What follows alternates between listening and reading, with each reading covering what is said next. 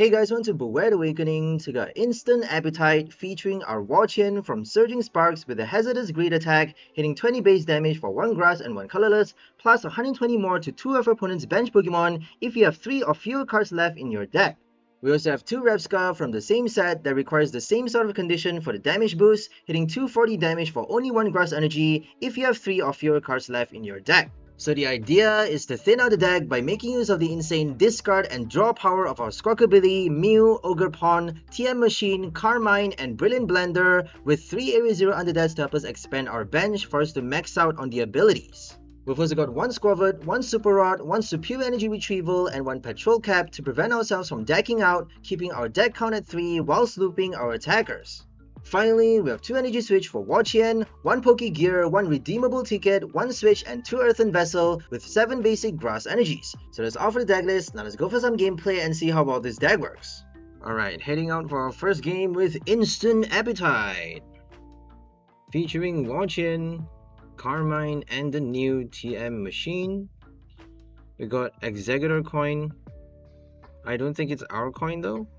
I think it's our enemy's deck sleeve as well. So we got the Deerling deck sleeve to represent for our grass theme deck. We do have grass type attacker, both from Surging Sparks, Rabsca, the 1 energy for 240 damage attacker, and 1 grass, 1 colorless for a big snipe with Wo-Chien, also from Surging Sparks.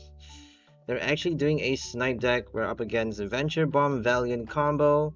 They got the poison stack with Patcharan, Baby Patcharan, Brood Bonnet, and Perilous Jungle as well. Let's hope they don't get enough damage to take out our Squawkabilly EX over here. It only has 160 HP, same as Tatsugiri, but on the weaker side of EX basics. Let's just hope they don't get the tool card or the stadium. They do have secret box though, so if they draw out with Squawkabilly that A spec, we're done for.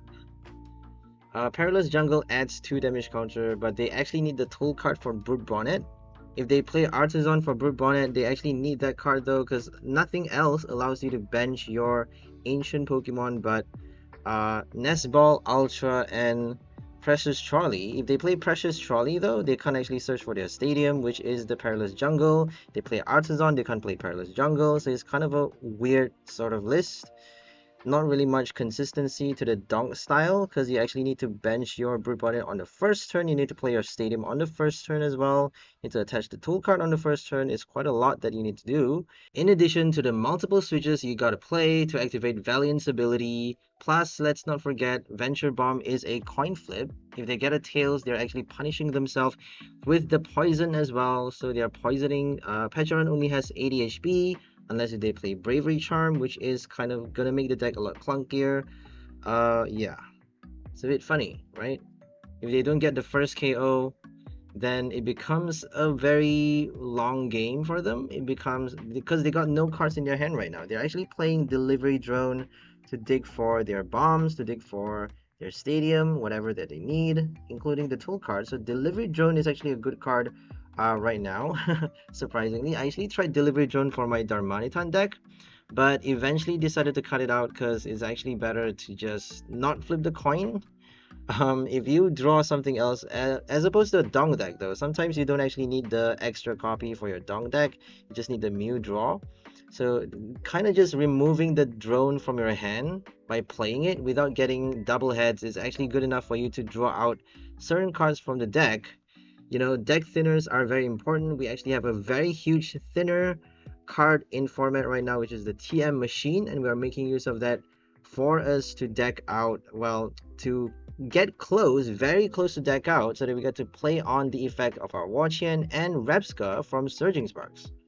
So here comes the draw stack with our Mew, Area 0, Ogerpon, Squawkabilly, and Carmine. Let's hope we get enough copies of our TM Searcher so we can pull out all of those discs, attach them, or insta discard.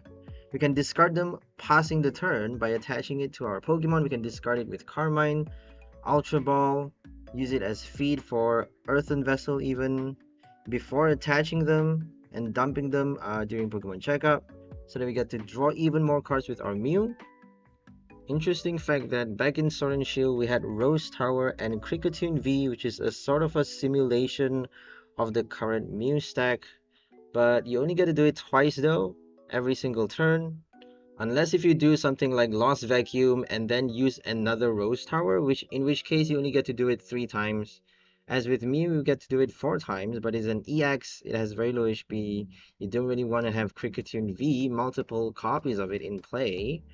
That's what we have now. At least it has free retreat though. Kricketune actually allows you to draw an extra 1 card. You draw until you have 4 cards in your hand if it is in the active spot.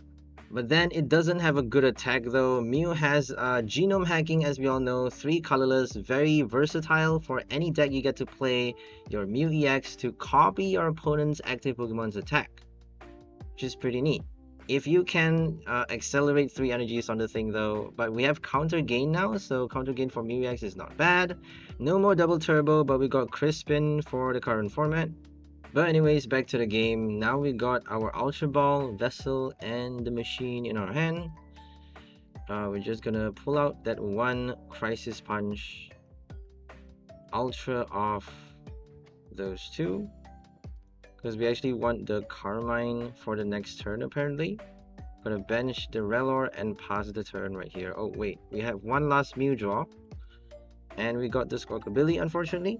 So we are forced to discard it on the next turn after evolving the Rabsca. So on your first turn, if you go first, obviously you can't attack. If you go second, I don't think we can pull off max discard until we have 3 or fewer cards left in the deck. I don't think it's possible, guys. You can try, but it's gonna be really hard to achieve. Only on your second turn are you able to pull off your Hazardous Greed or counter turn. Ideally we want to be going first so that we get to do it on our second turn, you know, right after our opponents set up their bench, basically taking out their Gabite, Impidimp, Dreepy, whatever baby Pokemon that they have before it evolves into the stage 2 EX.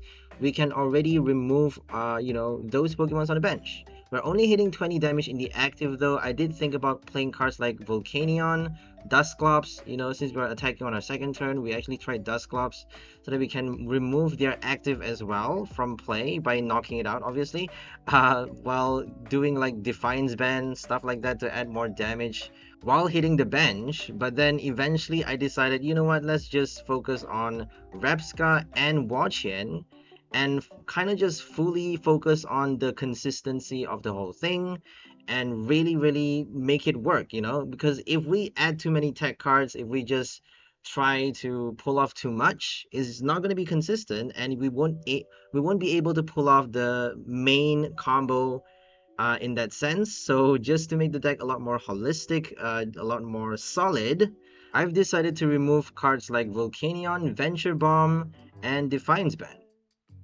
But yeah, focusing back on the game, we got our Rod. We're gonna draw with every single Mew, and oh, we actually have 3 cards remaining now. So here's the fun part. We don't have Skwovet in play, but I think we have it in the discard pile. I don't think it's in the prize. Yep, we have it discarded, and we got the Rod in our hand. So make sure not to play a Rod too early though, because it actually helps you shuffle back your energy as well. We might not have enough energy to spare after attacking with our first Hazardous Greed or our first counter turn. We do have the retrieval though, superior energy retrieval, which allows us to discard 2 cards from our hands so that we get to draw more with our Mew. We're forced to put at least 1 energy from the discard pile into our hand though, but then we get to attach it onto our Wo-Chien, Rabsca, or even using the ability to draw an extra card with Ogerpon. But what I'm trying to say is, you might actually end up having to use your superior retrieval just for the discard and draw, and for the deck thinning, eventually not having enough energy at the final hour to attack with. So be very careful about your energy conservation. Make sure to attach it and use your energy switch right. Make sure to save those energy for your Rabsca as well. Save your Super Rod by playing your Skwovet right. We have a Skwovet and we have the redeemable ticket. If we play the Skwovet right at the right turn, at the right time, we can actually save the right cards at the bottom of our deck, or at, you know, close to the bottom, so that we actually get to draw it out at the right time and use them when we need to. And you can also choose to play the baby Qian-Pao that allows you to discard any stadium in play when you put it from your hand onto your bench. So that ability helps you remove your Squawkabilly and a couple Mew or Ogerpons from play, so that you get to play your second Area 0 Underdats and then basically bench another 3 Pokemons for free. I think you want to be discarding your Qian-Pao though, because if you play it from your hand, it's already on your bench, you get to discard the Qian-Pao along with your Squawkabilly and one more Pokemon, essentially cutting your bench down back to 5, and then play the Area 0 Underdats so that you get to bench those basics more, because we actually have excess basics in the deck. If you don't get your Brilliant Blender, you actually need to be benching more basics than necessary, right? If you have, like, for example, an extra an extra Rellor, an extra Wo-Chien in your hand that you can't actually discard with your Ultra Ball, if you don't get your Ultra Ball or your Superior Retrieval at the right time, if you don't get to discard them from your hand, if you don't get to play Carmine while having those cards stuck in your hand, or if you don't get to play your Earthen Vessel to remove them, then you actually have to put them into play though. So the way you go about doing that is by playing that Qian-Pao to remove the Area 0 and then playing another copy of your Stadium card to basically give you extra space for you to play out those cards, removing them from your hand so they get to draw even more cards with your Mew. So that's the idea of playing the Qian-Pao in this list, but I actually tested it a couple times. It doesn't really work so well just because we only are playing 3 copies of the Stadium, and you actually need the second copy immediately after you play your Qian-Pao. If you don't draw into your second Stadium, there's just no point playing it at all. You might even get stuck harder. So on that note, I think I'm just going to end the voice over right here because focus on the game. Hope you guys enjoyed this one. Please like, share, and subscribe if you haven't already. If you find this combo interesting, drop comments down below on what you guys think about playing the Patrol Cap for this deck. It's a good counter against Hydreigon EX, but not sure if it's good against anything else, except maybe the obvious Rock Trio Mill. But yeah, we'll see you next time. Have a great day, and bye everyone!